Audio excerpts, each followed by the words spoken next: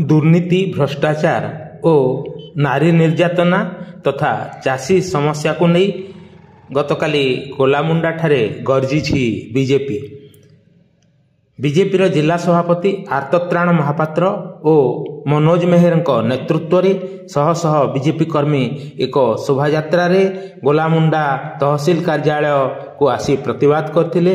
मंडी समस्या सह गत मासरे काल बैशाखी रे क्षयक्षति होइथिवा चाषी को सरकारी क्षतिपूरण दाबी करा जायथिला। एने तहसीलदार अनुपस्थिति रे तहसील कर्मचारी को दाबीपत्र प्रदान करा जायथिला। वीरेंद्र कुमार पाणिग्राही जनमुख न्यूज। नमस्कार।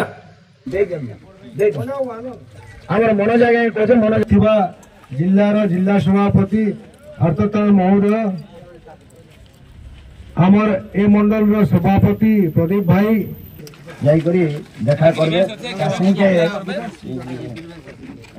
डिफेंस भी हमें अपन के देखो ई डिफेंस सुनानी करबे मैं तहसीलदार अनबी और तहसीलदार के दौचे दियासन से कहबे ऑलरेडी इमरजेंसी सेक्टर को एटा नहीं जहां कमेंट ये करिए ठीक है कथा